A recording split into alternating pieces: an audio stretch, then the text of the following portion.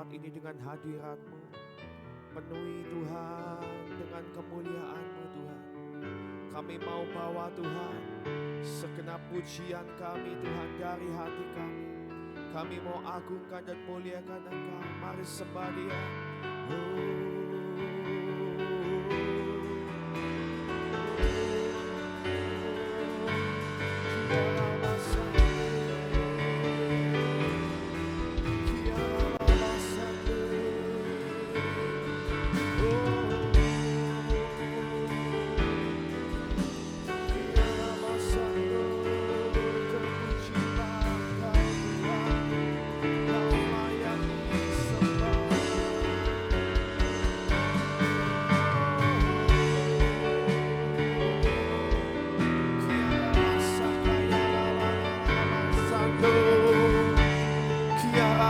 Kaya rala bashande kiara nanamo kiara basaka ya rala shataka ya rala basaka ya rabase kiara basaka ya rala shataka ya rala mase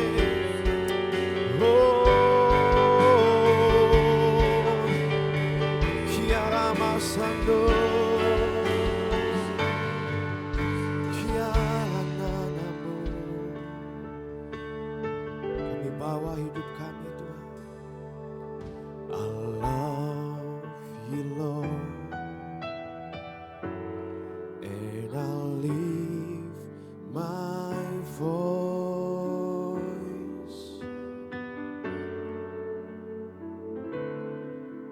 to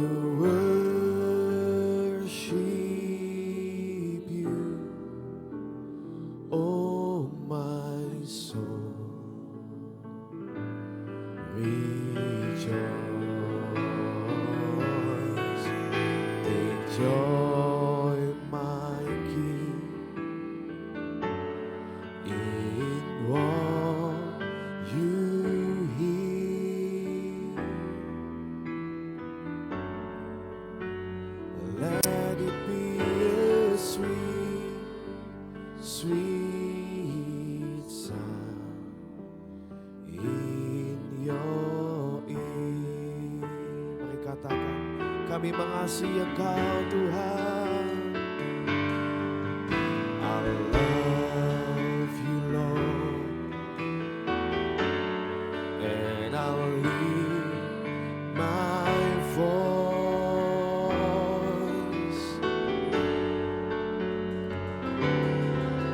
to worship you.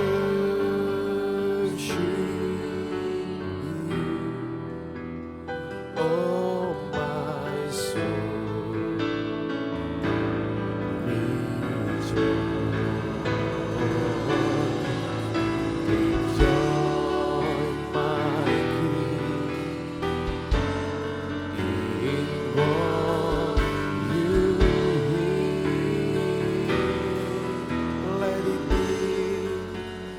let it be a sweet, sweet sound in your. I love you, Lord. Oh, I love you, Lord, and I'll lift my voice. We worship you. To worship you, oh my soul, hai jiwaku, pujilah Tuhan. Take joy, my King, Jesus. You heal, let it be.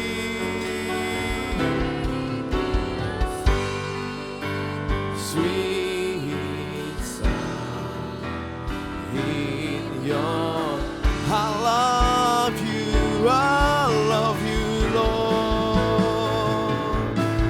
I love you, Lord. Oh,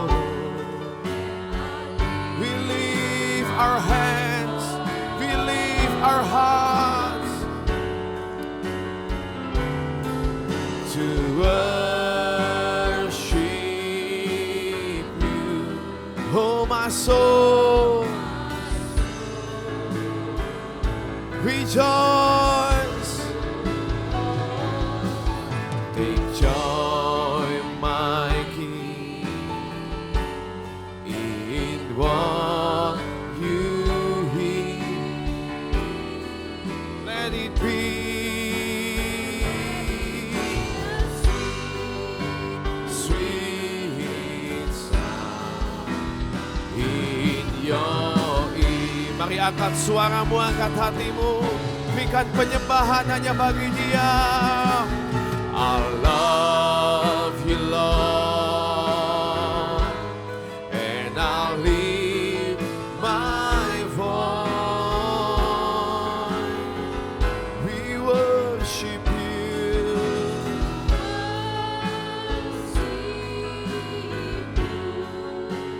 Oh my soul, oh my soul, take joy, my King, you hear. Let it be a sweet, sweet sound in your ear. Take joy, my King. Take joy, my King, in what you hear. Hanya bagimu Tuhan. Let it be a sweet, sweet sound in your ear. Take joy, my King. Berikan penyembahanmu yang terbaik. Take joy, my King, in what you hear. Oh, let it be a sweet, sweet sound in your ear.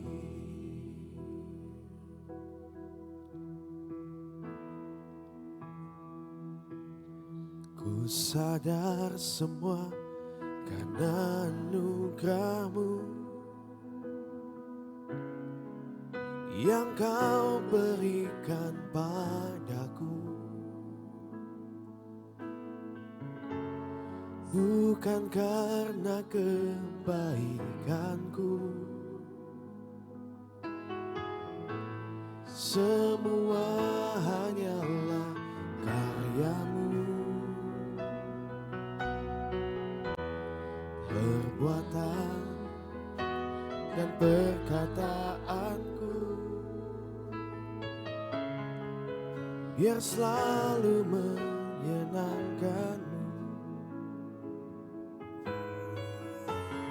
Ku mau memahami rindu-Mu, hasrat-Mu menjadi hasratku. Jangan ambil roh-Mu daripadaku.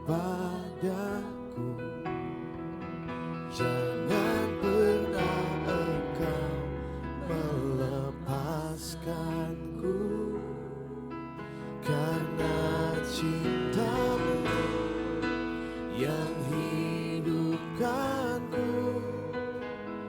Hembuskan nafas-Mu di dalamku. Jangan ambil roh-Mu daripadaku. Jangan pernah Engkau melepaskanku. Biarlah ku hidup di perkenan-Mu dan selalu jadi kesukaan-Mu selamanya. Ya Tuhan, buat kami tetap ada di dalam-Mu dan Engkau di dalam kami Tuhan. Jangan Kau ambil roh-Mu. Ku sadar semua karena anugerah-Mu yang Kau berikan padaku, bukan karena kebaikanku. Semua hanyalah karya-Mu, perbuatan dan perkataanku, biar selalu menyenangkan-Mu. Ku mau memahami rindu-Mu, hasrat-Mu Tuhan. Oh, jangan ambil Roh-Mu daripada, biar pelita itu terus menyala di hidup kami Tuhan. Jangan pernah Kau padamkan Tuhan api cinta-Mu. Oh, hembuskan nafas kehidupan-Mu di dalam hidup kami Tuhan. Kami perlukan.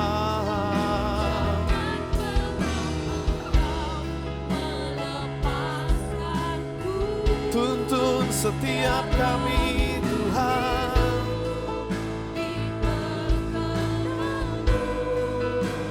Dan selalu jadi kesukaan-Mu. Jangan ambil Roh-Mu daripadaku. Jangan pernah Engkau melepaskanku, karena cinta-Mu yang hidupkanku. Hembuskan nafas-Mu di dalamku. Jangan ambil Roh-Mu daripadaku. Jangan pernah Engkau melepaskanku.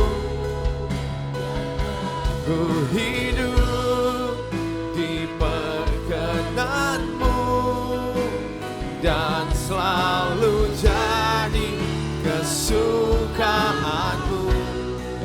Jangan ambil Roh-Mu. Biar ini menjadi doa kita kepada Tuhan. Ya Tuhan, buat kami Tuhan menjadi orang yang dikenal oleh Engkau Tuhan. Buat hati kami terus melekat kepadamu. Buat fokus kami hanya kepadamu Tuhan. Biar Engkau yang menjadi sumber pusat dari segala kehidupan kami Tuhan. Biar setiap perbuatan kami, setiap perkataan kami hanya untuk menyenangkan hati-Mu. Oh,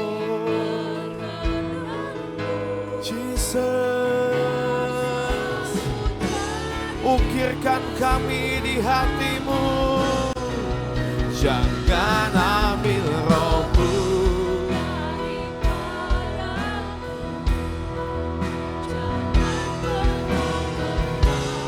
Melepaskanku. Cinta-Mu hidupkanku. Di dalamku. Jangan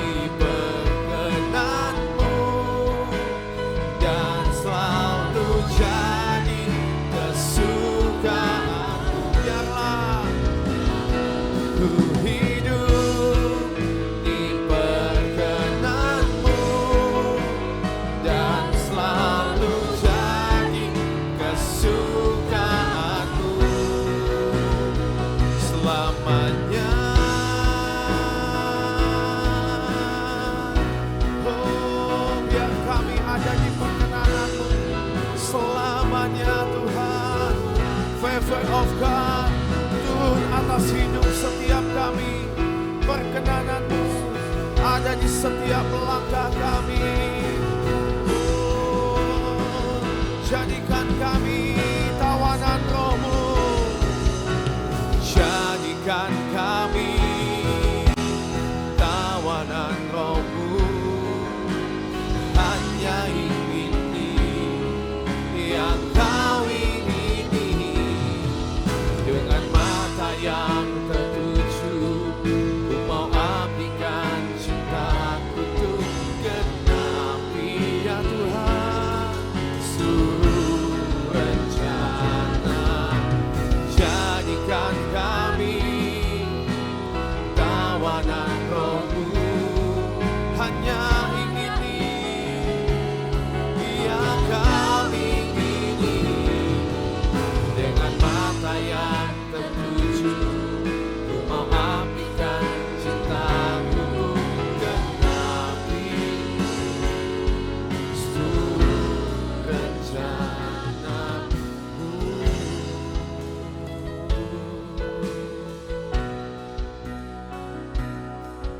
Kemanakah ku dapat pergi menjauhi Roh-Mu ya Tuhan. Kau telah miliki hatiku sepenuhnya. Kau hadir, Kau ada di setiap jalanku ya Tuhan. Kau hadir di setiap nafasku. Hidupku kan megahkan selamanya.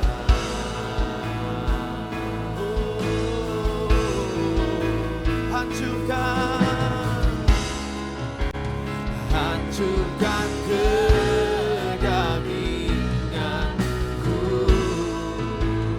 Hidupkanku oleh cinta-Mu. Kaulah bagianku selamanya.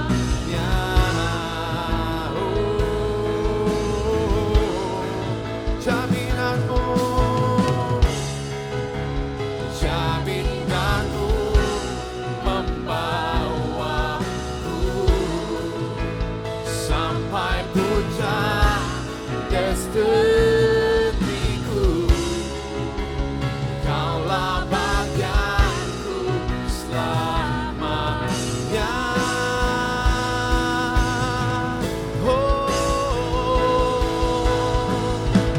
Jadikan kami tawanan Roh-Mu Tuhan. Hanya ingini yang Kau ingini. Dengan mata yang tertuju, ku mau abdikan. Inilah hidup kami, inilah hati kami Tuhan. Kami mau belajar taat kepada-Mu Tuhan, mengikuti setiap perintah-Mu. Buat kami menjadi umat yang melekat kepada-Mu. Buat kami menjadi umat yang dapat dipercaya. Buat kami mempunyai integritas Tuhan dalam kehidupan kami. Jesus.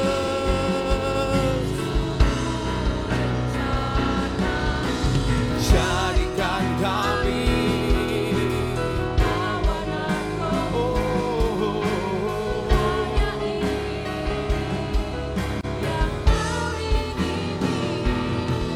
dengan mata yang tertuju, ku mau abdikan cinta untuk genapi seluruh rencana-Mu.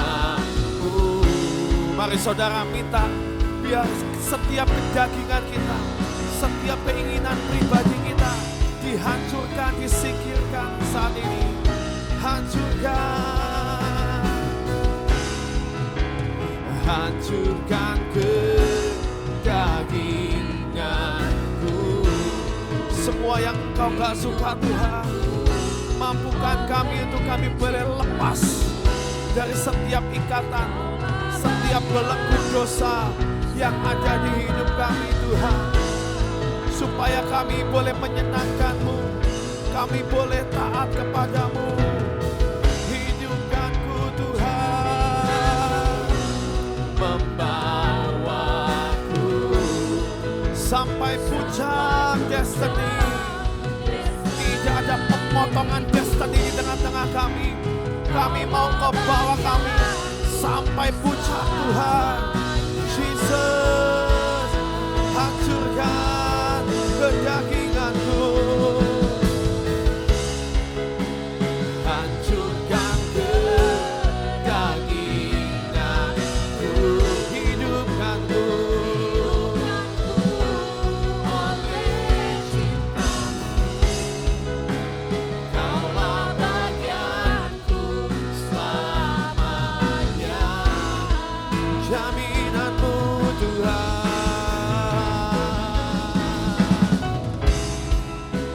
Jaminan-Mu membawaku sampai puncak destiniku.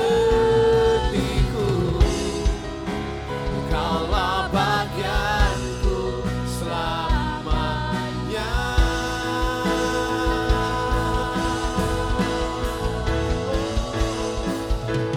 Jadikan kami tawanan Roh-Mu, hanya ini yang Kau ingini.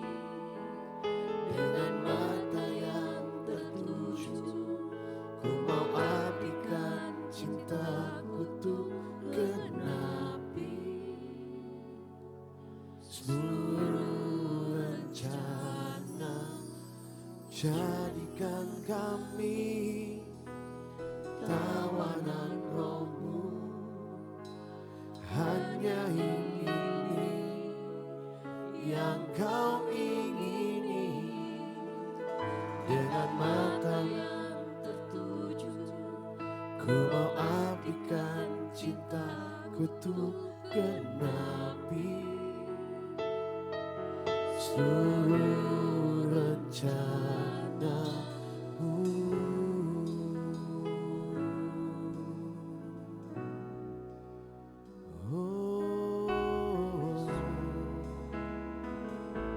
Tuhan, ini kerinduan kami, selalu melekat di hati-Mu.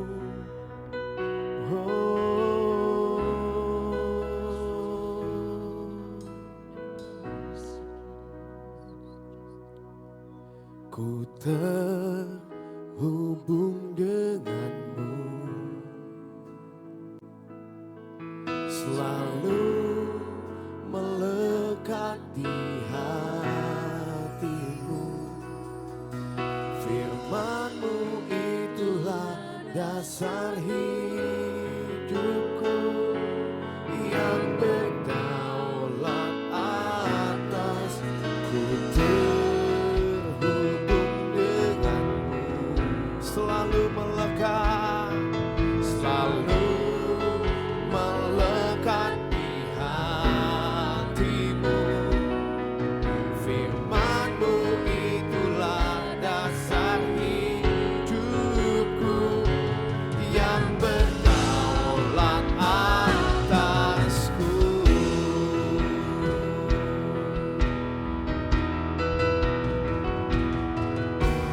Kasih-Mu layakkan seluruh hidupku. Terima kasih Tuhan, mampukan ku melakukan yang Kau inginkan.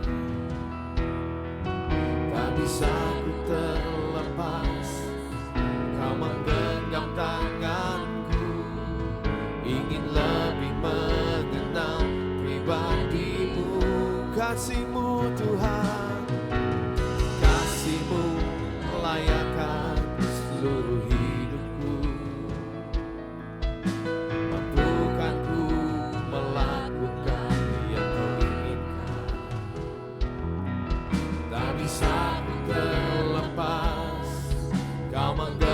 tanganku, ingin lebih mengenal kasih-Mu. Ku terhubung denganmu, selalu melekat. Ya Tuhan, buat kami terus melekat kepadamu Tuhan. Hidupku yang berdaulat, aku menyatu denganmu, selalu melekat.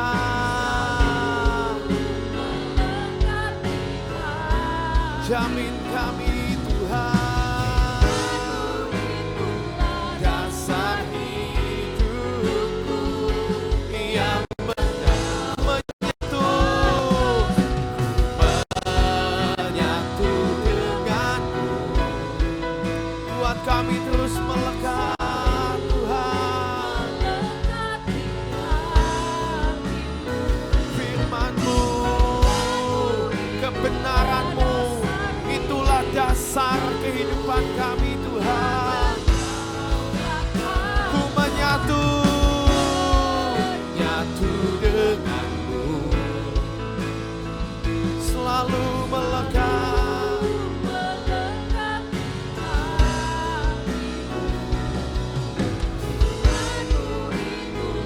Dasar hidupku yang berdaulat atasku.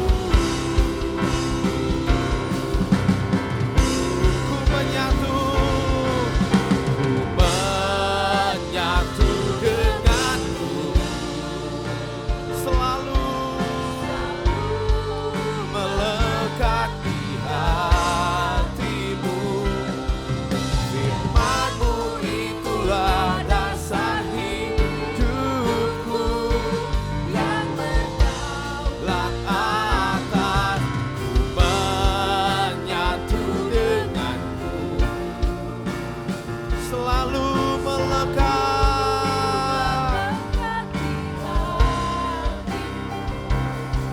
Firman-Mu itulah dasar hidupku yang berdaulat atasku. Firman-Mu itulah dasar hidupku yang berdaulat atasku. Firman-Mu Tuhan, firman-Mu itulah dasar hidupku yang berdaulat atasku.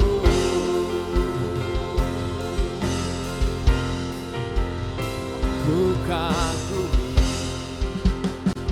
cara-Mu mencintaiku, Kau ada di cerita proses hidupku. Di titik terendahku, Kau hadir untuk mengangkatku. Kau tak menyerah akan hidupku. Ku kagumi cara-Mu mencintaiku, Kau ada di cerita proses hidupku. Di titik terendahku, Kau hadir untuk mengangkatku.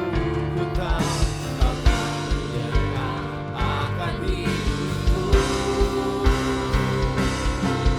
Tak terbatas kuasa-Mu, tak terduga ya Tuhan. Cara-Mu, rancangan-Mu jauh melebihi rancangan kami Tuhan. Engkau tahu yang terbaik, Engkau yang tahu Tuhan. Tak terbatas, bahkan Engkau bukakan Tuhan jalan-Mu Tuhan. Di padang gurun sekalipun Engkau bukakan Tuhan. Saya di segala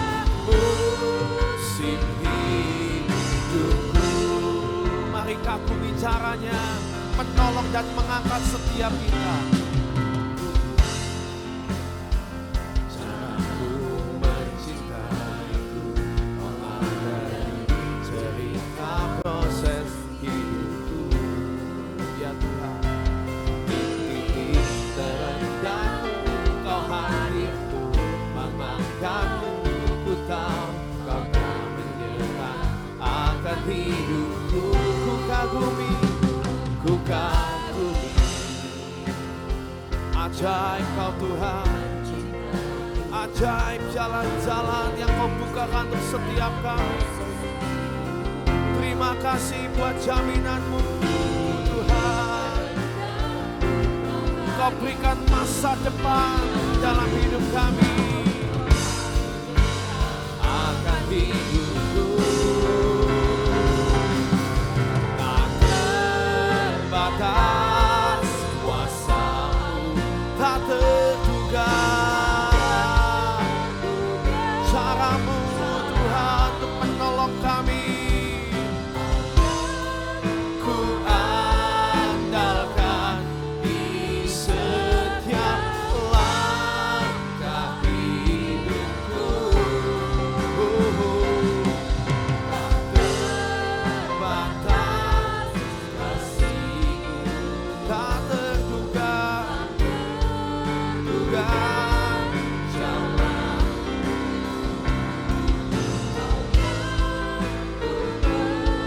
jalan di segala musim hidupku.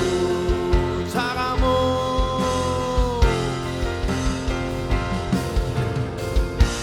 Cara-Mu mengangkat, cara-Mu mengubah hatiku, cara-Mu menuntunku. Tak terbatas di dalam hidupku. Cara-Mu Tuhan, Cara-Mu mengangkatku, cara-Mu mengubah hatiku, cara-Mu menuntunku. Tak terbatas di dalam hidupku.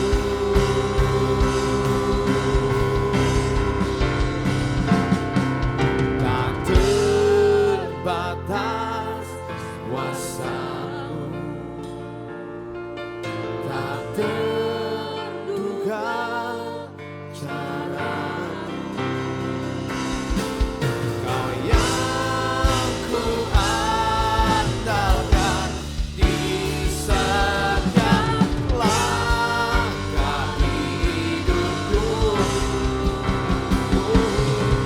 Tak terbatas tak terduga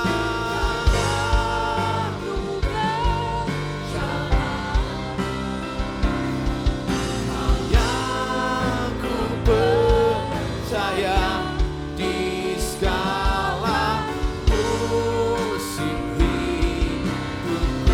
Kau yang ku percaya, Kau yang ku percaya di segala musim hidupku. Kau yang ku percaya di segala musim hidupku.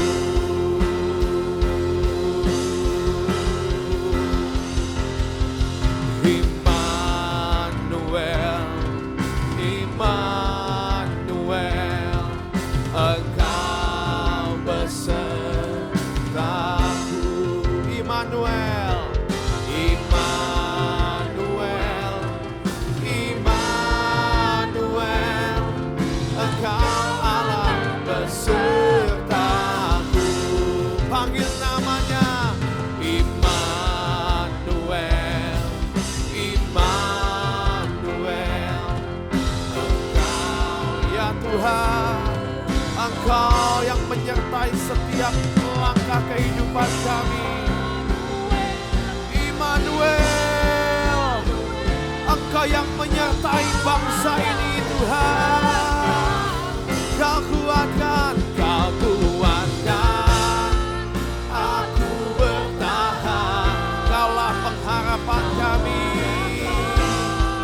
dalam kesesakan. Kau buktikan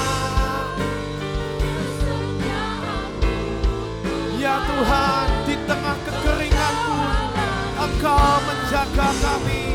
Engkau yang melindungi kami, Engkau yang meluputkan kami. Oh, Engkau harapan dalam kesesakan. Kau buktikan kesetiaan-Mu Tuhan. Engkau Allah Immanuel. Kau kuatkan aku bertahan. Kau harapan dalam kesesakan. Kau buktikan kesetiaan-Mu Tuhan. Engkau Allah Immanuel. Katakan Immanuel, Immanuel, Immanuel. Engkau besertaku, Immanuel, Immanuel. Engkau Allah besertaku, Immanuel, Immanuel, Immanuel. Engkau besertaku, Immanuel, Immanuel.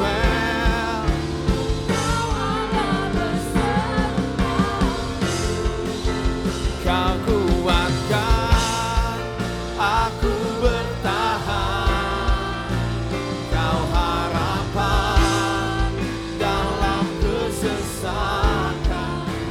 Kau buktikan kesetiaan-Mu Tuhan. Engkau Allah Immanuel. Kau kuatkan, Kau kuatkan aku bertahan.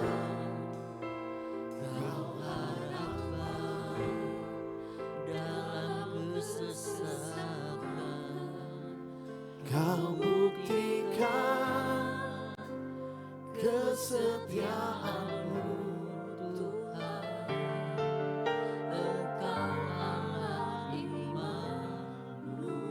Kau buktikan, Kau buktikan. Tuhan bukan hanya Tuhan yang berjanji, tapi Dia Tuhan yang membuktikan bahwa Tuhan menepati setiap janji-Nya bagi orang yang percaya dan mengandalkan Dia. Mari tetap percaya Tuhan Immanuel.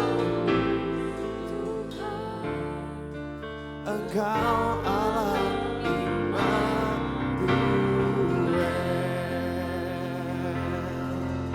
ya Tuhan, kami punya Tuhan yang tidak terbatas kuasa. Terima kasih Tuhan, kami mengagumi Tuhan. Setiap cara-Mu dalam menyertai kami musim demi musim.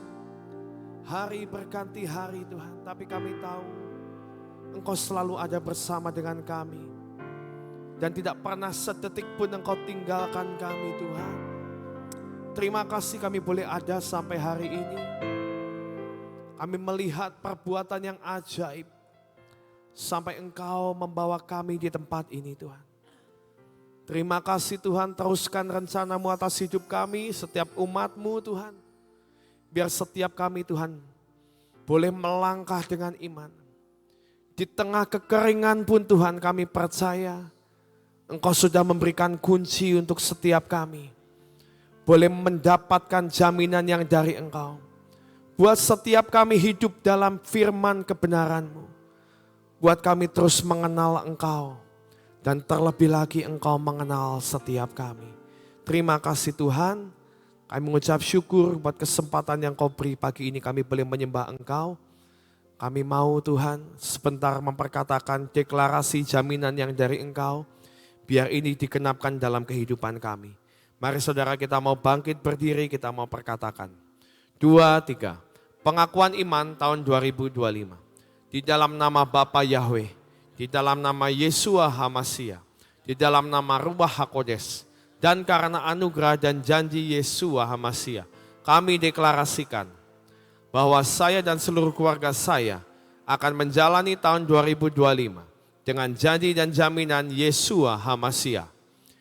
Kami telah menerima janji dan telah dilantik untuk dijadikan umat kerajaan dan imam-imam serta untuk memerintah sebagai raja di bumi. 2. Kami telah menerima tongkat gembala di tangan kanan sebagai dasar firman Tuhan dalam menjalani tahun ini. 3. Kami telah menerima tongkat otoritas di tangan kiri sebagai lambang pemerintahan dan kemenangan. 4. Kami telah menerima perjanjian kekal antara kami dan Yesua HaMasiah. Suatu perjanjian yang tidak bisa dibatalkan.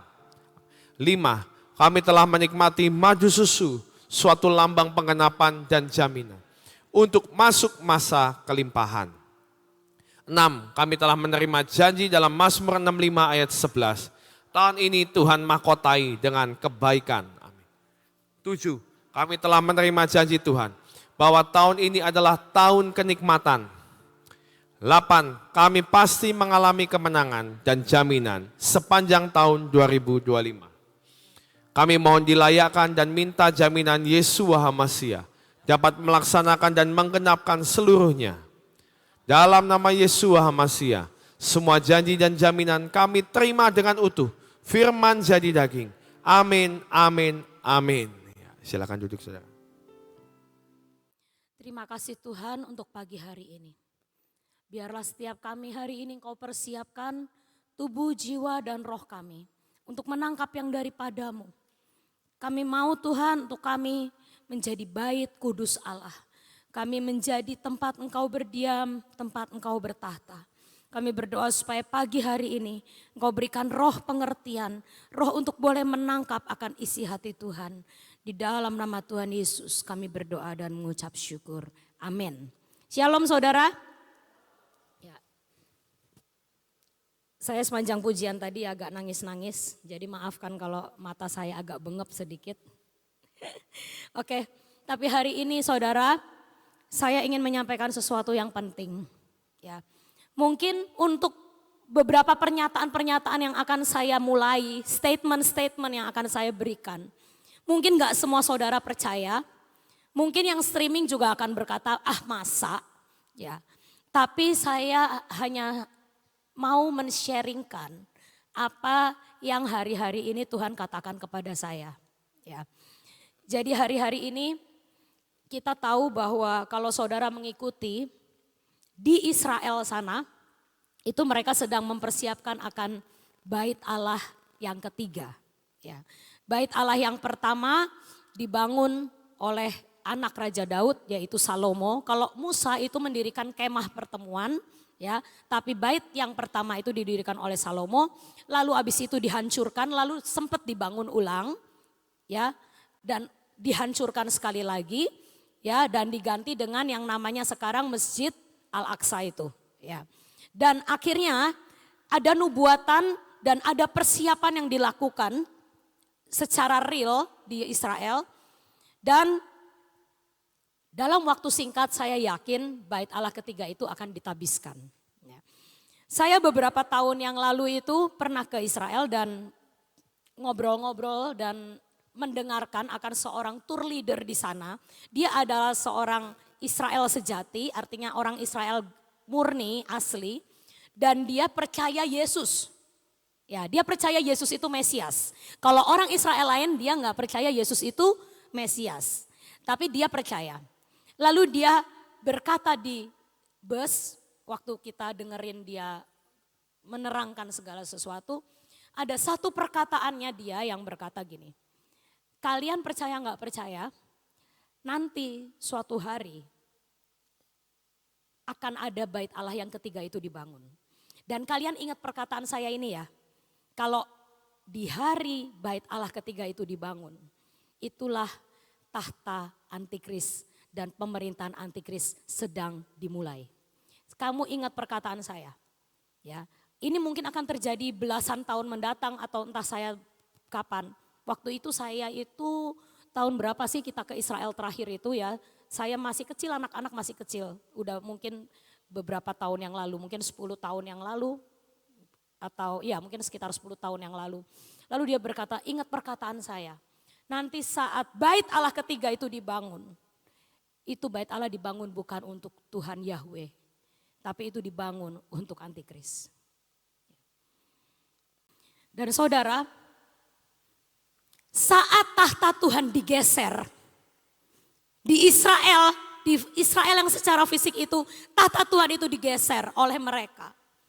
Kemana Tuhan akan memindahkan tahtanya? Kemana Tuhan akan memindahkan kerajaannya? Kemana Tuhan akan memindahkan kediamannya? Apakah saudara percaya saat nama Sion, kota Cirebon ini diberikan oleh Tuhan kepada kita 14 tahun yang lalu, itu bukanlah suatu kebetulan. Kemana Tuhan akan memindahkan tahtanya? Sion, kota Allah kita. Sekali lagi, statement saya ini mungkin terlalu kontroversial. Statement saya ini mungkin orang berkata dari semua kota, dari semua kota bahtera mungkin ya. Sion itu mungkin kota yang pendiam ya saudara, bisa dibilang. Sion bukan kota yang sangat hebat. Kalau mau dibandingin prestasi pelayanannya dengan kota-kota lain. Kita agak pendiam. Tapi sekali lagi, 14 tahun yang lalu, Tuhan ubah nama kota ini menjadi kota Sion. Dan kita tahu tidak ada yang secara kebetulan Tuhan lakukan. Semua sudah diperhitungkan. Saya waktu itu pernah nanya ke Tuhan, Tuhan sebenarnya apa sih yang engkau lihat dari kami? Kalau memang benar engkau memindahkan akan hadiratmu, tabutmu yang ada di Yerusalem secara fisik. Dan kau sampai taruh di tempat kami. Apa yang kami cukup lakukan untuk menyenangkan engkau sampai engkau memberi favor yang begitu besar. Tuhan berkata, kenapa aku memilih Daud? Padahal dia kecil, padahal dia tidak meyakinkan. Dibanding kakak-kakaknya, Samuel aja mau ngurapin Daud aja gak yakin. Tapi sekali lagi yang namanya penetapan Tuhan, favor Tuhan, itu tidak bisa karena usaha kita. Itu bukan karena kepintaran, kepandaian, atau kemampuan kita. Kalau namanya karena kemampuan itu namanya menang lomba ya saudara. Tapi kalau namanya favor, anugerah itu memang diberikan. Dan kita harus menyadari. Tuhan berkata, kalau kamu kurang yakin dengan pilihanku atas kamu. Masakan di seluruh gereja di dunia ini. Aku hanya menunjukkan tanda-tanda ajaibku di taman.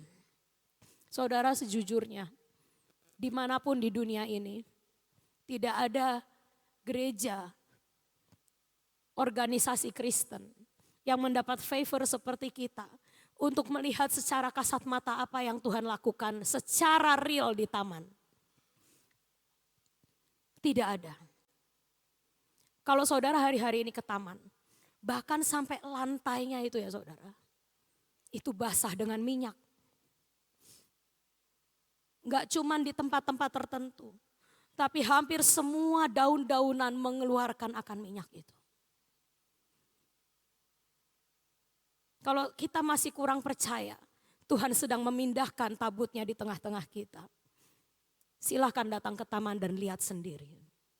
apa yang sedang dia lakukan di tengah-tengah kita. Jadi hari ini saya cukup serius dengan apa yang Tuhan taruh di hati saya. Sepanjang malam saya berkata, Tuhan mampukan saya untuk menyampaikan ini. Karena semua yang Tuhan sampaikan dalam hari-hari ini kepada saya, itu saya sendiri juga tertegur, saudara. Karena kita adalah penerima-penerima tabut itu. Dulu tabut itu tidak ada di kita, di Yerusalem, di tahta Tuhan. Tapi saat mereka menggeser akan tahta Tuhan itu, maka Tuhan harus menaruh tabutnya. Dan sesuai dengan nubuatan, dia harus menaruh tabut itu di timur, di Asia. Karena firman berkata, kegerakan akhir zaman akan dimulai dari timur. Dan kenapa dari timur, dari semua negara, semua gereja-gereja yang ada di Asia. Kenapa kita? Jangan tanya saya. Tapi saudara bisa tahu dari kasat mata. Tidak ada gereja di Asia yang mengalami apa yang kita alami. Dan itu menurut saya sudah cukup bukti bahwa Tuhan sedang menetapkan sesuatu di tempat ini. Saudara, kita itu saat ini seperti orang yang sedang mau menerima penetapan yang besar. Sebenarnya itu sudah dimulai, tapi saya yakin Rosh Hasanah kali ini itu benar-benar kayak apanya ya, gongnya.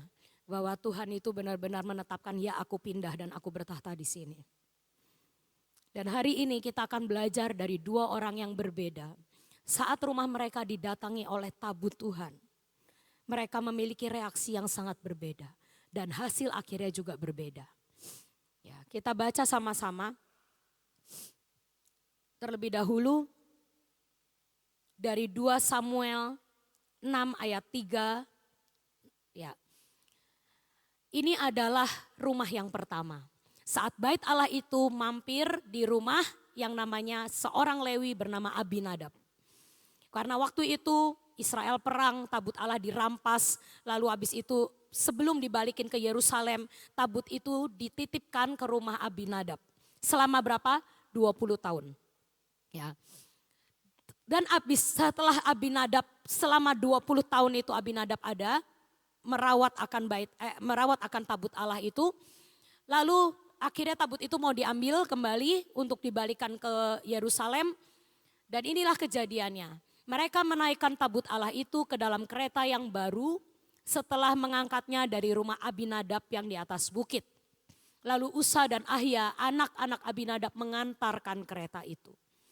Ketika mereka sampai ke tempat pengiripan Nahon, maka Usa mengulurkan tangannya kepada tabut Allah itu lalu memegangnya karena lembu-lembu itu tergelincir.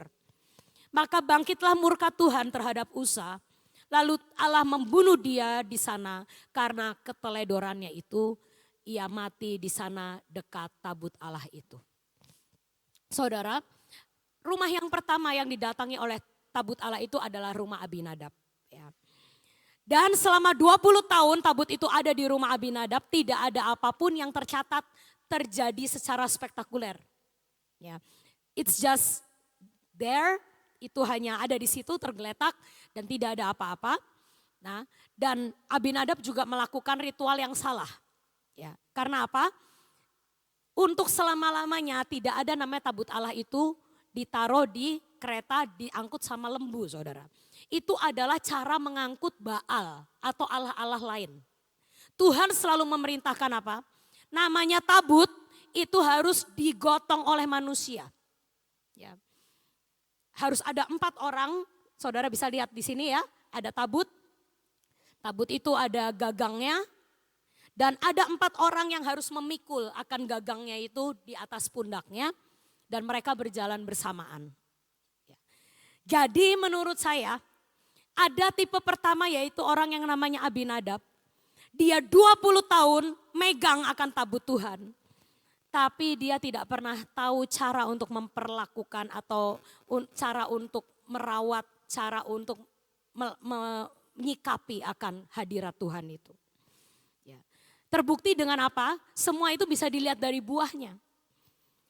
Abinadab 20 tahun merawat bait merawat tabut Allah di rumahnya, tapi tidak ada perkataan apa? Dia diberkati, dia semakin besar, dia ini, dia itu, tidak. Hanya silent, tidak ada apa-apa.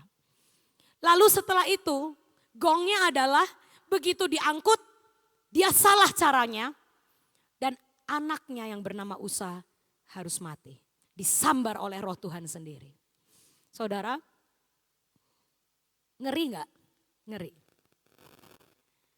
Kalau salah ngeri. Karena apa? Sebenarnya Abinadab itu punya waktu banyak untuk mempelajari how to treat hadirat Tuhan. Dia punya 20 tahun untuk sebenarnya cari tahu ini harus diapain ini. Ini harus digimanain ini tabut. Tabut itu lambang hadirat Tuhan. Harusnya dia pikir, harusnya kalau ada hadirat Tuhan di rumahku, harusnya rumahku berbeda. Tapi selama 20 tahun dia tidak pernah memikirkan hal itu. Dia cuman geletakin, mungkin dia punya jadwal, oke, nanti berapa lama sekali dilap-lap gitu. Tapi dia tidak sungguh-sungguh mencari tahu seperti apa aku harus melakukannya. Sampai akhirnya dia itu juga tidak mengajarkan anak-anaknya tentang cara merawat tabut. Sehingga anak-anaknya juga nggak tahu harus digimanain tabut ini. Dan akhirnya ujungnya naas sekali. Mereka salah angkut, mereka salah memberlakukan, mereka salah untuk mengangkut itu memakai lembu. Anaknya nggak pernah diajarin, ini loh nak, kalau Tuhan itu memerintahkan cara ngangkut tabut itu harus dipanggul pakai manusia. Karena kita adalah ciptaannya yang mulia. Masa diangkutnya sama hewan? Ya kan? Padahal Abinadab ini seorang Lewi. Saudara tahu kan kenapa ditaruh di rumah Abinadab? Karena dia seorang Lewi. Peraturannya adalah orang Lewi itu adalah orang-orang yang dipilih, suku yang dipilih untuk merawat, untuk menjadi imam-imam. Tidak boleh di rumah suku lain, harus hanya suku Lewi. Jadi sebenarnya Abinadab ini punya waktu puluhan tahun untuk memberitahukan kepada anak-anaknya gimana caranya menjaga akan hadirat Allah. Gimana caranya merawat tabut ini. Tapi dia tidak lakukan. Dia melakukannya dengan sembarangan. Dia melakukannya dengan asalan. Dan ujungnya akhirnya disambar Tuhan. Saudara, ada orang yang kedua yang sempat dibahas oleh Pastor Berry waktu dia khotbah di sini. Saat bait Allah itu tabut Allah itu tidak jadi diangkut ke Yerusalem karena ada kejadian Usa meninggal. Akhirnya Raja Daud takut. Waduh, Tuhan marah. Jangan taruh Yerusalem dulu. Karena pikir Raja Daud kalau sampai itu diangkut Yerusalem Tuhan masih marah, nanti Yerusalemnya disambar sekalian sama Tuhan. Wah udah, stop. Akhirnya apa? Setelah Usa disambar Tuhan, tabut Allah itu dimampirin ke rumah Obed-Edom. Kenapa? Mungkin itu adalah tempat yang terdekat dengan kejadian. Dan Obed-Edom ini kebetulan juga seorang Lewi. Maka akhirnya dialah yang disuruh merawat. Saudara bayangin, kalau ada satu barang, ya, di mana barang itu habis ternyata membunuh seseorang, ya kan? Terus dititipin ke rumah saudara. Takut gak sih kira-kira? Mungkin saudara tolak ya. Aduh jangan rumah saya bisa gak ya? Saya tidak berlayak, kayaknya saya gak bisa nih ya menghandle, nanti saya kesamber lagi. Tapi yang namanya Obed-Edom ini dia menerima dengan sukacita. Karena apa? Karena rupanya dia tahu bagaimana cara untuk merawat akan hadirat ilahi itu. Terbukti setelah tabut itu menyentuh rumah Obed-Edom, 3 bulan kemudian tersiar kabar bahwa rumah Obed-Edom penuh dengan berkat. Itu sampai kedengeran Raja Daud. Kita baca ayatnya 2 Samuel 6 ayat 11 sampai 12. 3 bulan lamanya tabut itu tinggal di rumah Obed-Edom, orang Gad itu. Dan Tuhan memberkati Obed-Edom dan seisi rumahnya. Sampai kedengeran oleh Daud. Diberitahukanlah kepada Raja Daud demikian. Tuhan memberkati seisi rumah Obed-Edom dan segala yang ada padanya oleh karena tabut Allah itu. Lalu Daud pergi mengangkut tabut Allah itu dari rumah Obed-Edom ke kota Daud dengan sukacita. Saudara, buahnya akan sangat berbeda. Saat kita menerima akan hadirat Tuhan dengan sungguh-sungguh, maka akan kedengaran bahwa kita akan diberkati. Sampai orang lain melihat dan mereka akan menyaksikan, mereka akan takjub. Nah saudara, saya itu waktu merenungkan akan hal ini, saya ngomong, Tuhan kira-kira bedanya apa ya antara Abinadab sama si Obed-Edom ini. Saudara mau tahu kata Obed-Edom itu artinya, Obed itu artinya pengabdi atau penyembah, bagus kan? Ya kan? Obed itu artinya pengabdi atau penyembah. Jadi udah sesuai, memang dia adalah imam yang mengabdi kepada Tuhan, yang seorang penyembah yang sejati. Tapi Edom itu artinya kurang bagus sebenarnya. Saudara tahu Edom itu apa? Edom itu nama lainnya Esau, artinya merah. Dan Edom itu sebenarnya merujuk kepada suatu kejadian yang gak enak, yaitu di mana Esau memilih untuk ngambil kacang merah dibandingin dengan berkat kesulungan. Jadi sebenarnya Edom itu yang namanya menempel sama si Obed ini artinya gak bagus. Artinya adalah itu merujuk pada suatu kejadian yang jelek di masa lalu, historinya jelek. Yaitu apa? Di mana Esau itu menukarkan hak kesulungannya untuk semangkok kacang merah. Tapi yang namanya Obed-Edom itu dia berhasil membalikan kutuk dalam namanya. Dia berkata, aku gak akan nukar Tuhan dengan yang lain. Aku akan mengindahkan Tuhan. Esau tidak pernah mengindahkan Tuhan. Dia ngerasa yang bikin saya kenyang itu lebih indah. Yang real-real aja itu lebih indah. Yang enak-enak buat perut saya itu aja yang indah. Tuhan nomor 2, Tuhan kesekian. Saat ditawarkan oleh Yakub, mau ditukar? Jawabnya, halah gak apa-apa. Hak kesulungan nanti saya juga bentar lagi mati. Ngapain punya hak kesulungan, berkat kesulungan. Dan sini kacang merahnya. Artinya dia itu tidak mengindahkan akan Tuhan. Mengindahkan akan yang Tuhan mau taruh dalam hidupnya. Gak mengindahkan semua yang rohani. Tidak mengindahkan yang ilahi. Tapi Obed-Edom, walaupun namanya Edom, dia berhasil untuk membalikan keadaan sehingga Edom itu tidak terjadi dalam hidupnya. Bahkan sebaliknya, dia mengindahkan Tuhan. Nah, saya waktu tanya ke Tuhan, Tuhan kasih contoh dong ke saya, kira-kira kalau orang mengindahkan tuh gimana? Lalu Tuhan tuh ngasih contoh yang bikin saya, oke, lucu banget sih sampelnya. Jadi begini saudara, saya itu adalah orang yang dari dulu tidak semodis ibu saya. Ya, ini cerita contoh ya, contoh untuk bagaimana kita itu menghargai. Ya, karena Obed-Edom ini kan orang yang value menghargai akan hadirat Tuhan. Dan sifat Edom itu ada 2, yaitu meremehkan dan tidak menghargai. Ya kan, Edom itu artinya apa? Seperti Esau, merendahkan, menganggap remeh, menurunkan value. Tapi Obed-Edom itu menghargai, artinya dia memberi value yang tinggi kepada hadirat Tuhan. Nah, saya minta contoh ke Tuhan, saya dikasih contoh seperti ini. Kamu itu ingat gak? Saya itu memang orangnya dari dulu ya saudara, tidak terlalu senang hal-hal yang fashion. Ya, alias saya itu tasnya biasa-biasa aja, bajunya biasa-biasa aja. Saya kalau orang Cirebon ngomong rada lancai, saudara. Ya lancai itu artinya santai aja lah, sandal jepit gitu ya kemana-mana. Nah, kalau ibu saya ini lain.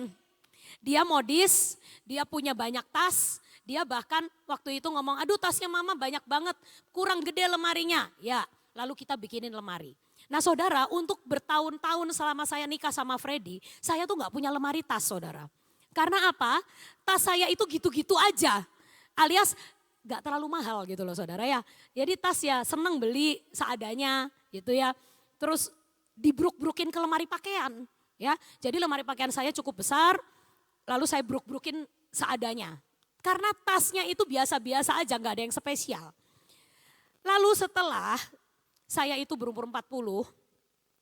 Saya tuh nggak tahu ya kalau orang sini, kalau suami mungkin ngomongnya rada kumat gitu ya. Saudara ya. Mungkin kok istri saya jadi begini gitu. Tapi intinya gini, setelah saya 40 tahun, saya tuh merasa, saya tuh kok udah kerja lama, ya kan saya udah berkarir dari 2008 pertama nikah, sekarang udah 2024 gitu waktu itu. Saya kok pengen sih suatu saat memberi hadiah kepada diri saya yang sudah bekerja sekian lama ini, saya pengen punya tas bagus. Jadi akhirnya saya beli tas yang mahal saudara. Ya mahal banget sih enggak ya saudara ya, cuman cukup mahal. Karena waktu biasa tas saya kan yang cuman dibruk-bruk lemari aja. Lalu begitu saya beli tas mahal itu, ya, kan saya bruk di lemari. Karena apa? Karena gak ada tempat ya, emang saya gak punya lemari tas gitu. Tiba-tiba Freddy itu ngomong, aduh tas mahal kok kamu bruk-brukin kayak gitu. Lah saya bilang emangnya mau taruh di mana wong kita gak punya lemari tas, saya bilang gitu. Saya juga gak punya meja rias saudara. Saudara harus tahu, itulah luar biasa ya saya. Saya itu interior, tapi saya di rumah saya meja riasnya saya di wastafel. Ya, karena memang saya tuh orangnya gitu lah, santai banget, lancai banget gitu loh. Lemari tas nggak punya, meja rias nggak punya. Jadi intinya hal-hal yang wanita biasanya punya, saya nggak punya. Tapi karena kedatangan sebuah tas mahal, Freddy itu ngomong, gak bisa ini tas mahal ditaruh di bruk-bruk lemari gitu doang. Jadi gimana? Ya harus bikin lemari tas. Saudara tahu, akhirnya sekarang di kamar saya ada lemari tas yang sangat bagus. Yang kalau dinyalain spread gitu sampai kayak toko butik saudara.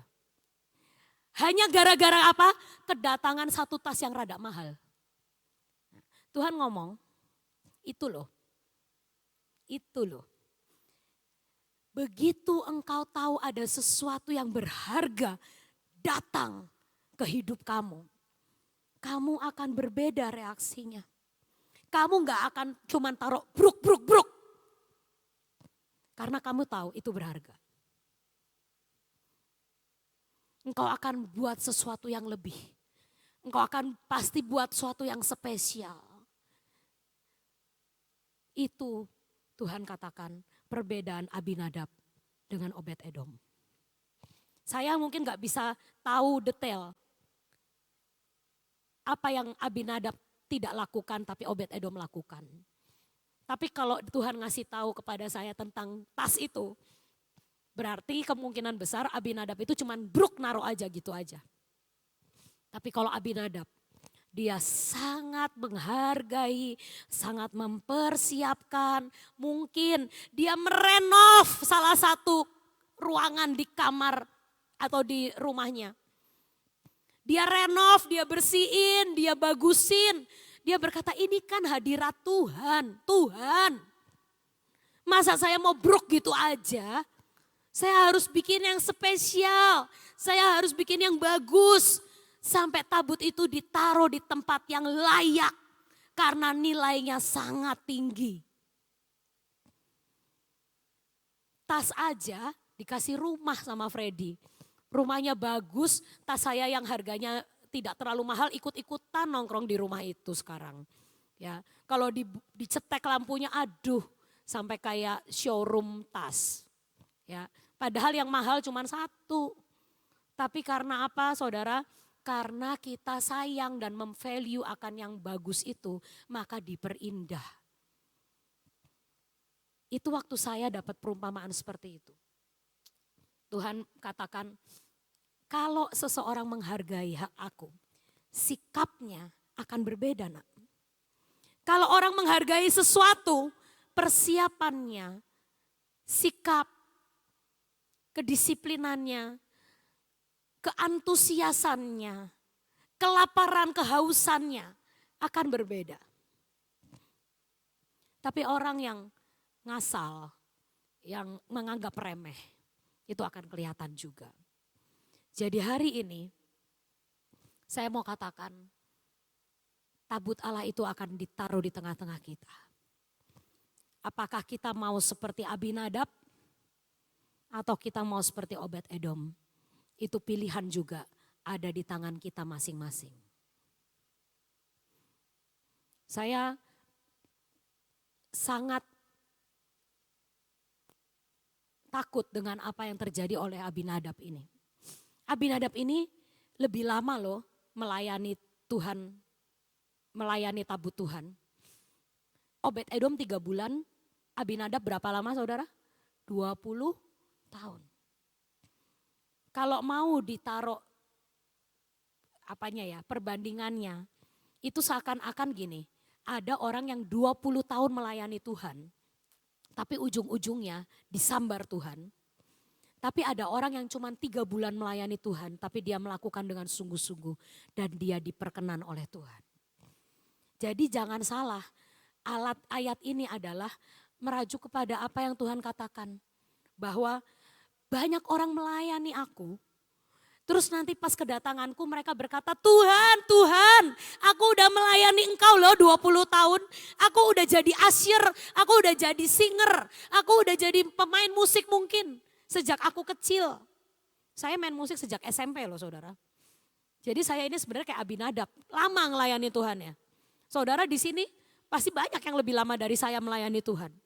Kita ini sebenarnya kalau dari segi tahun kayak Abinadab, betul? Jangan sampai tapi kita berakhir seperti Abinadab. Jangan sampai kita jadi orang-orang yang Tuhan aku udah melayani engkau membuat ini membuat itu.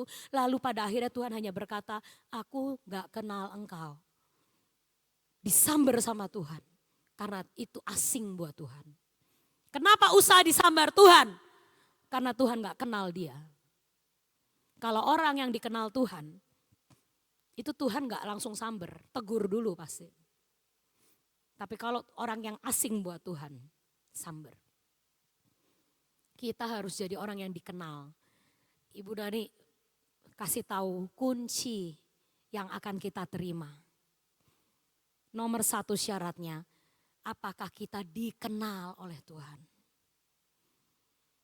Kalau kita terus bersikap seperti Abinadab, yang hadirat Tuhan hanya sepele, tidak kita hargai, tidak kita indahkan, maka jangan salah, kunci itu tidak akan nyampe. Kita hanya seperti Abinadab yang secara teori menerima sesuatu dari Tuhan, tapi kenyataannya dia tidak membuahkan apapun. Tapi mari kita belajar seperti Obed Edom. Cari tahu apa yang Tuhan mau. Apapun yang Tuhan percayakan di hidup kita, cari tahu apa yang Tuhan mau. Saya tadi malam latihan musik, saya juga ngomong ke semua pelayan. Kita ini adalah penerima-penerima tabut dan hadirat Tuhan. Kalau kita gak upgrade cara kita melayani Tuhan, kamu akan berakhir seperti Abinadab. Tapi kalau engkau, apapun yang Tuhan percayakan di hidupmu, pelayananmu, pekerjaanmu, apapun. Engkau sungguh-sungguh tanya Tuhan, Tuhan ini diapain ya Tuhan? Engkau seperti Obed Edom yang nerima lalu, Tuhan aku mau belajar caranya ini menghandle akan hadiratmu nih gimana? Apapun yang Tuhan percayakan di hidup kita, kerjakan pakai cara Tuhan. Maka hasilnya akan seperti Obed Edom. Selain Edom itu artinya tidak menghargai, Edom ini juga artinya adalah apa? Hal-hal yang membuat Tuhan cemburu saudara. Ya kan? Karena apa? Esau lebih milih akan kacang merah lebih daripada Tuhan. Tuhan sedih, Tuhan cemburu. Kok kamu lebih milih itu daripada aku? Nah, jadi kita hari-hari ini harus menghilangkan Edom dari hidup kita. Edom yang pertama tadi kita tidak boleh menganggap sepele. Tapi ada juga akan Edom yang kedua, yaitu apa hal-hal yang membuat Tuhan cemburu di hidup kita. Ya, apa Edom di hidup kita, apa yang membuat kita menukarkan Tuhan, apa yang kita hargai lebih dari Tuhan, itu harus kita hilangkan hari-hari ini. Saya kan sudah sudah pernah, bukan saya yang cerita, ibu saya pernah cerita tentang Kean. Ya, saya mau menceritakan sekali lagi tentang Kean yang berhasil melepaskan Edom dalam hidupnya. Ini contoh kecil ya saudara. Kean itu beberapa waktu yang lalu dia itu senang main Roblox saudara. Dan saya yakin cucu-cucu saudara di tempat ini, anak-anak saudara pasti ada yang senang Roblox. Karena itu adalah games yang sangat seru lagi dimainkan sama semua anak saat ini. Nah, Ken itu adalah anak pemain Roblox juga. Kalau ketemu teman baru yang ditanyain akun Roblox kamu berapa gitu, bukan alamatnya di mana, hobinya apa. Tapi biasa anak sekarang itu kalau ketemu teman baru yang ditanya akun Roblox kamu apa, yuk kita main bareng gitu ya. Jadi sampai semuanya itu tentang Roblox. Nah, tapi hari-hari ini kita merasa dia itu sudah keterlaluan. Kenapa? Karena dia main Roblox itu sampai nggak pengen yang lain selain Roblox. Ya, saya padahal udah kasih tahu kalau makan harus ditaruh Robloxnya, tidak boleh makan sambil main. Tapi dia jadi gini saudara, karena pengen cepet-cepet main, makannya buru-buru, nggak nikmatin tuh. Nah, juga kalau pergi gitu, pengennya pulang terus. Ya kan? Karena kalau pinjam handphone saya kurang seru kalau dia mainnya di iPad lebih gede. Ya. Jadi kalau pergi-pergi tuh kayak hatinya tuh kayak di rumah tuh saudara. Pergi sih pergi badannya, tapi hatinya tuh nyantol di rumah. Jadi nanti udah ini udah. Kapan pulang? Capek nih aku, capek ngomongnya. Tapi begitu pulang langsung main lagi. Jadi setelah kita mengamati perilaku dia, maka kita memutuskan untuk mengencounter dia. Kita bertiga, ada papahnya, ada saya, ada oma. Lalu kita ngasih tahu, Kean, kita ini bertiga sense kalau kamu itu hari-hari ini itu sangat terikat sama Roblox. Ya, walaupun kamu ngomongnya iya waktu mainnya Roblox itu cuman sekian. Yang lain saya tetap belajar, tetap makan, tetap pergi. Tapi waktu kamu melakukan yang lain-lain, hatinya kamu tuh fokusnya ke situ. Mama ngerti. Makan tetap makan tapi makannya kayak buru-buru. Terus kata kalau saat teduh buru-buru. Main piano kan saya ngasih peraturannya banyak demi supaya dia tuh nggak terikat.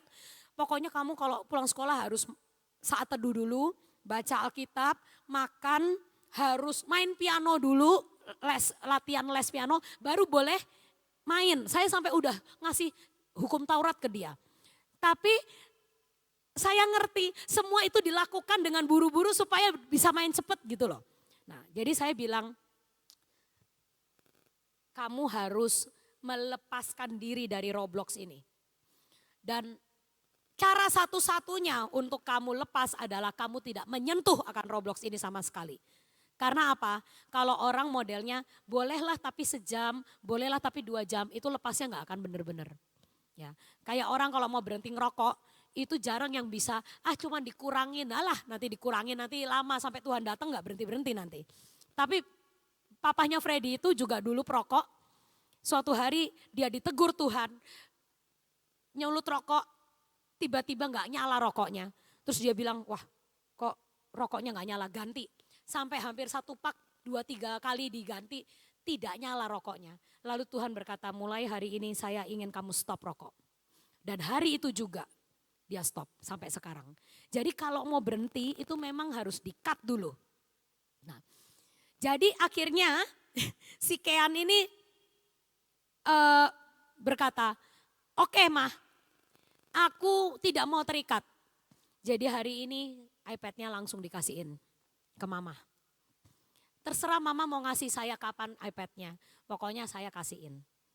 Dan saudara tahu, sejak hari itu ya, dia itu tidak pernah megang iPad lagi sampai hari ini. Itu mungkin udah sekitar Sabtu yang lalu, Sabtu 2 minggu yang lalu. Ya. Dan dia kuat tuh. Ya, walaupun tetap nonton TV, tetap melakukan apa, nggak apa-apa. Saya bilang kalau nonton TV itu nggak akan terlalu mengikat. Gitu. Ya dia benar cuma nonton sebentar, main lagi, nonton sebentar melakukan apa, nggak bisa kayak gadget gitu loh. Jadi akhirnya saya bilang kamu bagus. Gitu. Nah saudara, anak kecil aja bisa loh kayak gitu. Ya, melepaskan diri dalam 1 hari, oke saya nggak sentuh lagi. Oke saya nggak main lagi. Apalagi kita yang sudah dewasa. Kita pasti harus lebih menyadari apa edom dalam hidup kita yang membuat kita lebih memilih itu daripada kita mengasihi Tuhan. Apa edom dalam hidup kita yang membuat Tuhan cemburu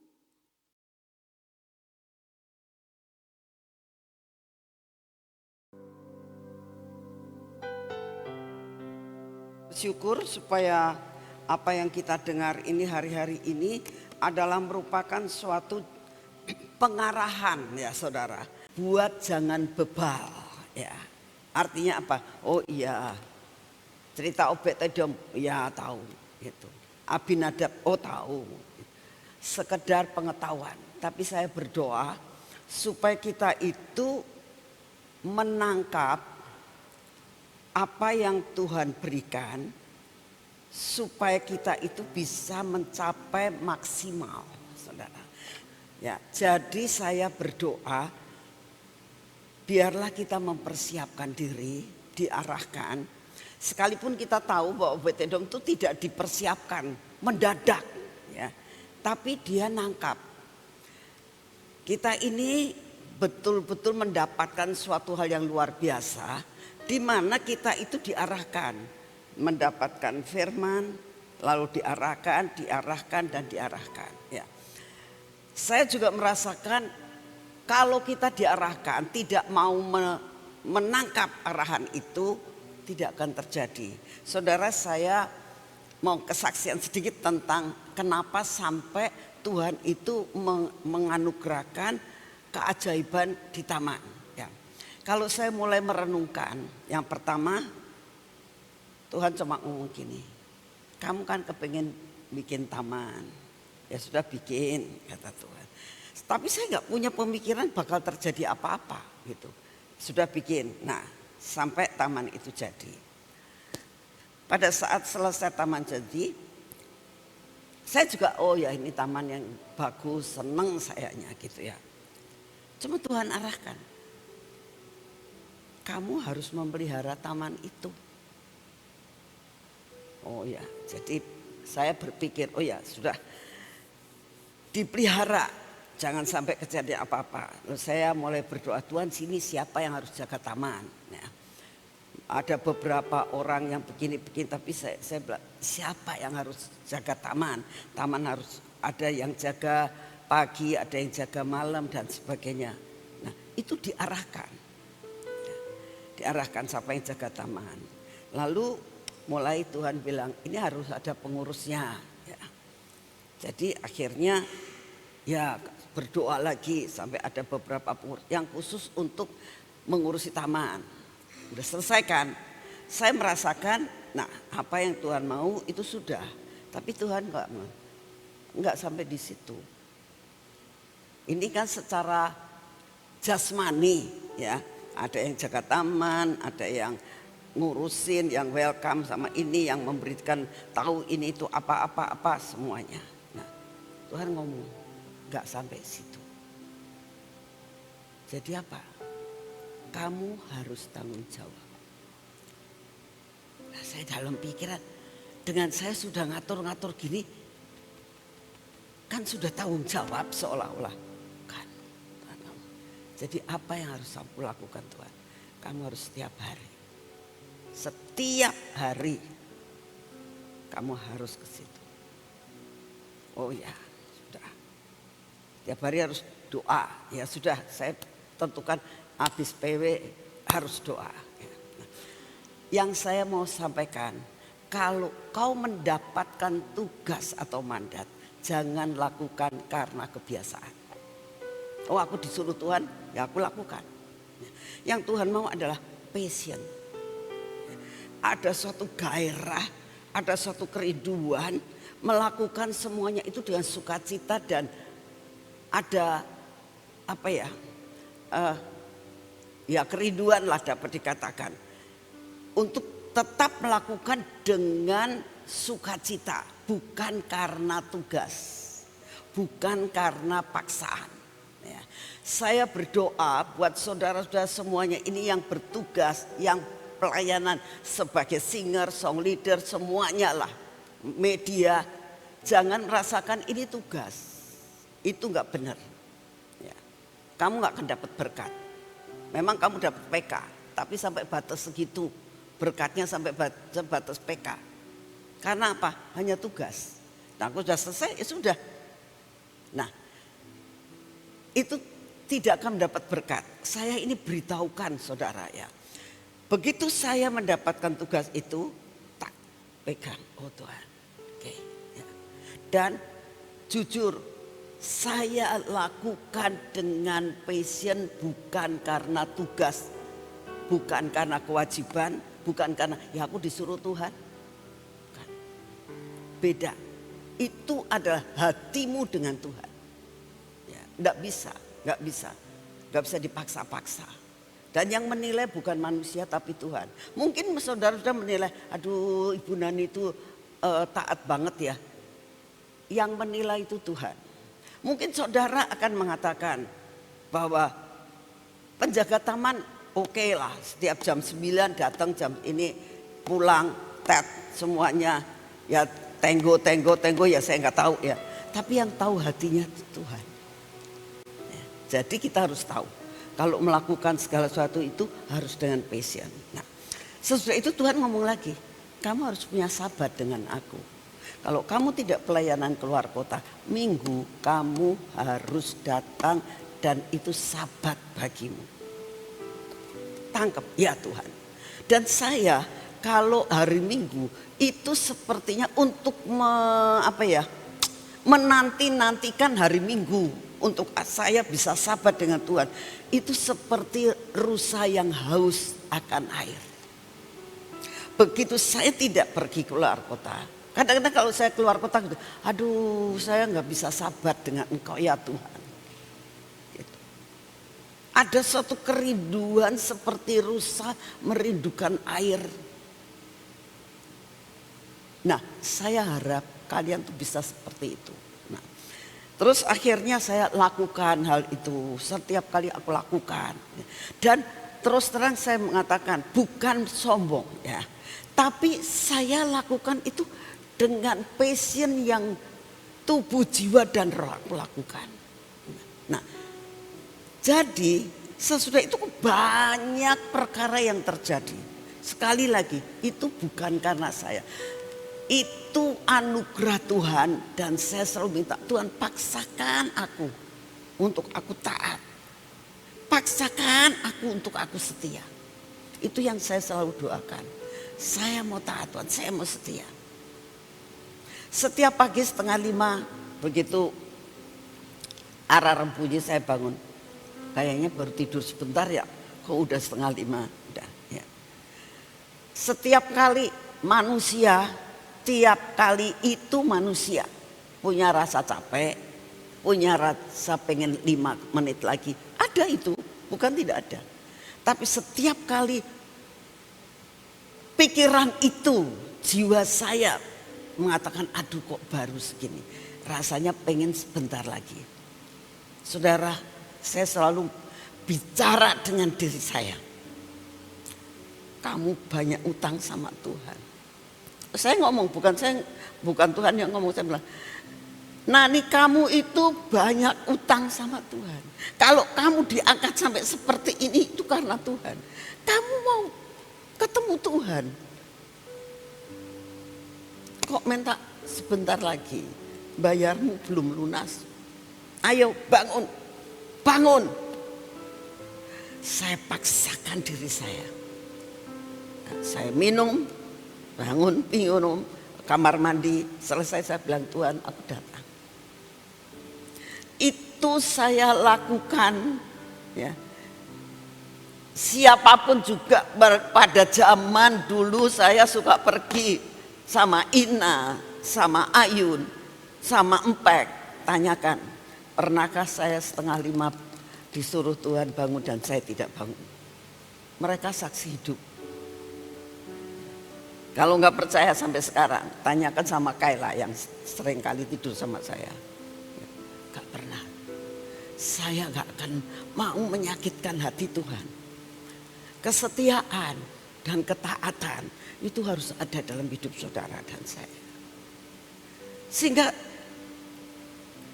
Tuhan itu mempercayakan lebih dan lebih dan lebih. Sampai kalau saya setiap kali lihat, saya ngetes, saya bilang Tuhan, saya sudah tidak ngitung sudah berapa tahun saya itu duduk dan selalu ada di hadirat-Mu. Sampai dapat dikatakan hampir tidak pernah saya ke taman yang kedua. Karena rasanya saya sudah puas di sini. Selesai saya keluar. Hampir tidak pernah saya ke taman kedua. Bukan berarti taman kedua nggak ada Tuhan, ada. Tapi ada sesuatu yang sudah terpenuhi dalam segala sesuatu. Saya berdoa, ya, kalau saudara mau mendapatkan kunci ini, 2 perkara yang harus ada, setia dan taat. Dan lakukan kesetiaan dan ketaatan dengan passion. Kalau tidak, kamu gak akan bisa bertambah dan bertambah. Kalau saat ini saya sedang berdoa juga, Tuhan, ini lantai kok penuh dengan minyak terus tiap-tiap hari. Saya sedang bergumul, Tuhan, sebenarnya engkau itu pengen apa? Apakah ini merupakan bahwa jalan yang akan kita tempuh itu penuh dengan minyak. Nah, saudara tahu, jalan kalau penuh dengan minyak, kudu hati-hati jalannya. Betul enggak? Kalau enggak apa? Pinter. Ya. Kamu akan kepleset. Dan minyak yang di jalanan itu bukan minyak biasa. Minyak kelimpahan. Ya. Jadi kalau kamu berjalan dalam perjalanan hidup ini setelah dikatakan mendapatkan kunci kelimpahan, kamu jalannya licin. Kalau tidak hati-hati kepleset. Dan kalau kepleset jatuh enggak? Kaki bisa patah enggak? Bukan kakinya patah, tangannya patah, pinggangnya patah, kepalanya keceduk, betul enggak? Kamu bisa enggak nikmati kelimpahan? Aduh, aku hidup dalam kelimpahan tapi terlentang begini. Ya. Saya kemarin baru ngobrol-ngobrol ya dengan saudara misan saya. Dia orang Surabaya, dia jualan ayam dan bebek, dia ngirim gitu. Terus dia tanya, Cik, karena dia usianya saya lebih tua. Anaknya, dia itu adalah anaknya dari kokonya mami. Ya, jadi kan masih saudara misan. Dia juga sudah tua, terus dia merasakan, Cik, saya tuh sangat diberkati, anaknya begini, ada yang di luar negeri, bla bla bla bla gitu. Cuma Cik, saya ini sudah tidak bisa jalan. Oh, jadi bagaimana? Saya di kursi roda. Kalau dari kursi roda mau ke ranjang dibopong orang 3 karena dia rada gemuk. Kalau saya pergi-pergi, misalnya naik mobil, ya dibopong tuh. Tapi aku ngucap syukur, dia bilang. Sampai masa tua saya diberkati Tuhan. Saya bilang, ya sudahlah, kamu ucapan syukur dengan apa saja yang saat ini Tuhan terus berikan kepada kamu, tetap setia ya. Saya bilang gitu, sampai Tuhan bawa pulang kita. Saya bilang, saudara, selesai ngobrol-ngobrol, merenung saya.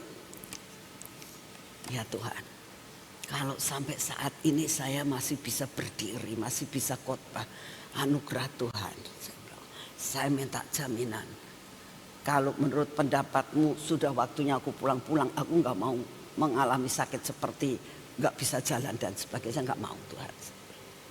Ada perjanjian antara engkau dengan saya. Sampai saya bilang gitu ya. Lah ya buat apa sih? Sudah nggak bisa nikmati apa-apa kok di dunia, pulang aja lebih enak. Ya. Nah, saya tuh sampai merasakan, saya waktu ngomong gitu Tuhan itu senyum dengan saya. Gitu. Sudah jangan bicarakan perkara itu, kata Tuhan. Ya sudah Tuhan, ini cuma apa ya, unek-uneknya saya, aduh kok kayak begini.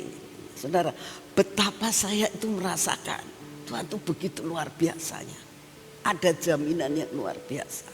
Saya tuh rindu kalian ini mewarisi yang begitu. Itu loh. Sungguh betapa rindunya saya kalau bisa kalian tuh tidak hanya mewarisi, aduh Mami Nani itu diberkati, saya minta berkatnya aja. Jangan begitu, bayarnya juga harus diwarisi gitu. Ya, sangat merindukan saya. Ada sesuatu yang dari dalam, ya, luar begitu. Kalau mau melayani, full melayani. Kalau mau doa, full doa. Kalau diperintahkan Tuhan, lakukan dengan setia. Nanti kamu akan mengalami perkara-perkara yang benar-benar ajaib yang kamu alami dalam kehidupan. Ya. Supaya apa? Percepatan terjadi. Dan edom-edommu bisa terjadi pembalikan keadaan pada saat kunci kelimpahan diberikan. Ya. Tadi dihimbau, kalau mau puasa, puasalah. Mau puasa setengah hari, ya. Atau kamu mau puasa edommu apa saat ini, ya. Di mana engkau mau menukarkan segala sesuatu yang enak menurut daging dan juga melepaskan hak kesulungan. Ingat akan hal ini. Saya sangat berdoa kalian ini benar-benar mendapatkan prioritas, supaya apa? Anugerah Tuhan,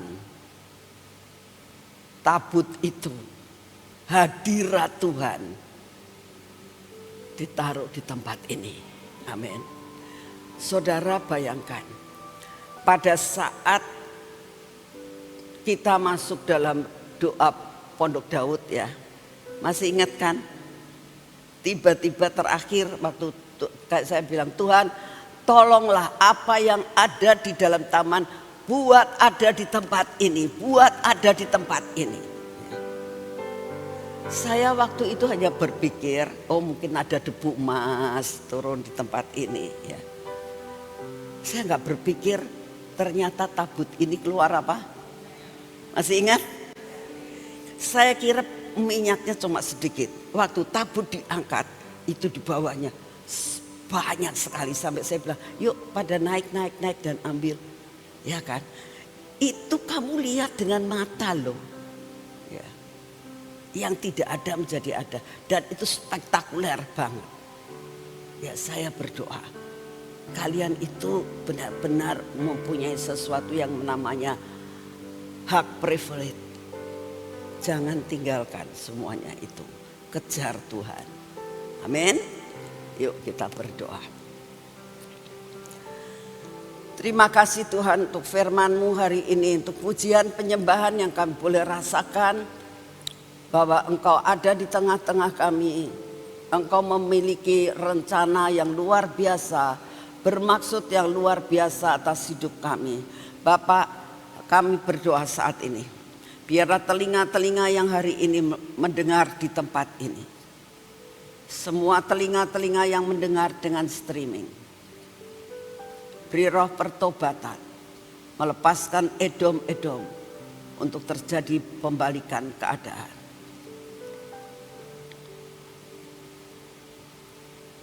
Buat kami setia Tuhan. Buat kami melakukan segala sesuatu dengan passion dan bukan hanya sembarangan saja. Terima kasih Tuhan untuk semua. Engkau tahu akan segala persoalan dan pergumulan kami. Kami tahu itu semua kecil di hadapan-Mu Tuhan. Kalau kami memandang kepadamu, kami ada di hadirat-Mu, semuanya akan terselesaikan. Terima kasih untuk kasih setia-Mu Bapa. Saat ini kami datang di hadapan-Mu, kami berdoa Tuhan, untuk pemerintahan kami yang kemarin terjadi suatu pergantian daripada beberapa kabinet merah putih. Kami persembahkan kepadamu Tuhan.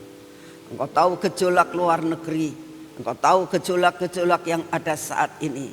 Mulai ada kecurigaan, mulai ada kewaspadaan daripada negara-negara yang lain, maupun kami yang mungkin yang ada di tempat ini, maupun yang ada di Indonesia yang merasa warning dengan adanya semuanya ini.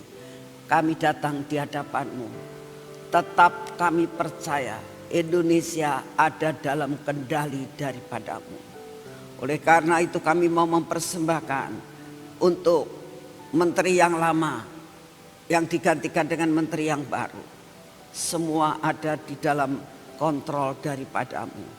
Bapak, sungguh kami menyerahkan keadaan politik negara kami, pemerintahan negara kami hanya ke dalam tangan-Mu ya Tuhan. Kami tetap berdoa untuk Bapak Presiden, Wakil Presiden, semua staf, semua kepala-kepala daerah. Kami hanya dapat minta berikan kepada mereka kebijaksanaan, kesabaran yang daripada-Mu. Berikan kepada pemerintah kami Tuhan untuk melihat akan segala sesuatu dan mengambil keputusan yang tepat untuk berjalannya roda pemerintahan ini. Terima kasih untuk semuanya. Kami berdoa saat ini beri keamanan buat negara kami ini ya Tuhan. Turunkan keamanan-Mu di kota-kota maupun di desa-desa. Kami juga berdoa saat ini. Engkau sendiri yang turun tangan untuk bencana-bencana alam yang Kau izinkan terjadi. Kami persembahkan kepada-Mu. Engkau akan membuat semua minimal Tuhan. Sehingga anak-anak-Mu dimanapun mereka berada. Anak-anak-Mu tetap ada dalam perlindungan. Mazmur 91.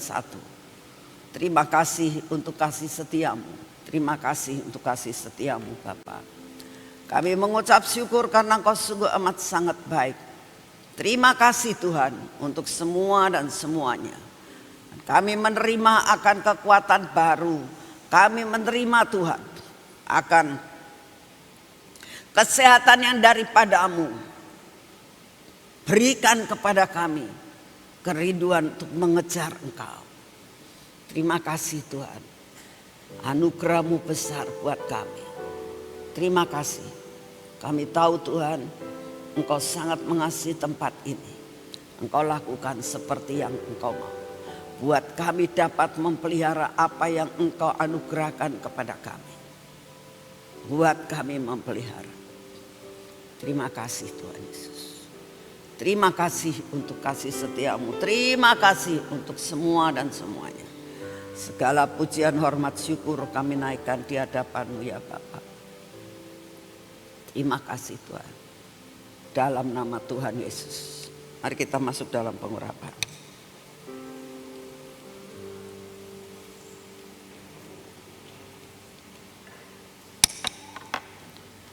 Bapa, ini minyak yang berasal daripada-Mu.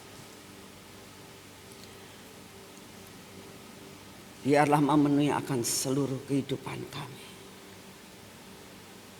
Melepaskan kami daripada edom-edom kami. Dan kami menjadi objek. Setia menurut taat. Mata kami. Telinga kami. Bibir, mulut kami dan hati kami Tuhan. Cengkeram. Engkau lepaskan kami daripada edom-edom kami. Berkati tangan kami. Berkati kaki kami. Biar hari ini kami dapat melakukan seluruh pekerjaan kami. Dan apa yang kami kerjakan menjadi berhasil. Perjalanan kami tidak tersandung. Terima kasih untuk semua. Dalam nama Tuhan Yesus. Amin. Selamat pagi, Tuhan memberkati saudara semuanya.